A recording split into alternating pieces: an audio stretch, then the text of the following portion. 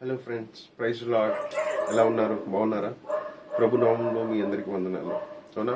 చూడండి, మనము కొన్ని విషయాలలో కదా అనుకొని ఉంటాం. ఏంటిదనంటే కొన్ని మనకు కావాలి కదా, కొన్ని మన జీవితంలో జరిగినవి చాలా ఉంటాయి.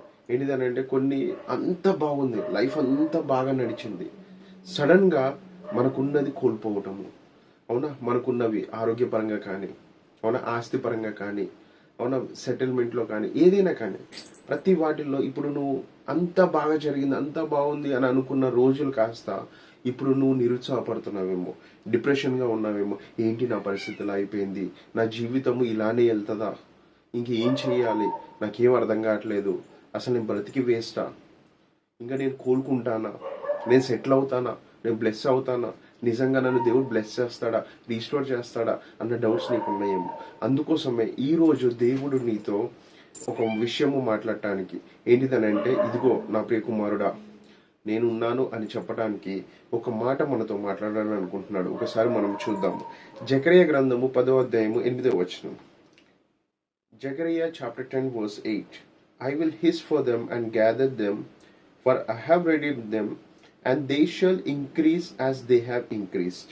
నేను వారిని విమోచించి ఉన్నాను గనుక వారిని ఈలవేసి పిలిచి సమకూర్చదను, మునుపు విస్తరించినట్లు వారు విస్తరించుదురు. అంటే ఇక్కడ దేవుడు స్పష్టంగా చెప్తున్నాడు. ఏంటిదో తెలుసా? మునుపు ఎలాగైతే నిన్ను దేవుడు ఎక్స్పాండ్ చేశాడో ఇప్పుడు అంతకంటే ఘనంగా ఎక్స్పాండ్ చేయబోతున్నాడంట. అంటే మునుపు ఎలాగైతే నీ ఆరోగ్యము ఉందో ఇప్పుడు దేవుడు అంతకంటే మించి నీకు ఆరోగ్యాన్ని ఇవ్వబోతున్నాడంట. మునుపు ఎలాగైతే నువ్వు ధనవంతునిగా ఉన్నావో ఇప్పుడు అంతకంటే గొప్పగా నిన్ను ఐశ్వర్యవంతుడిగా చేయబోతున్నాడంట.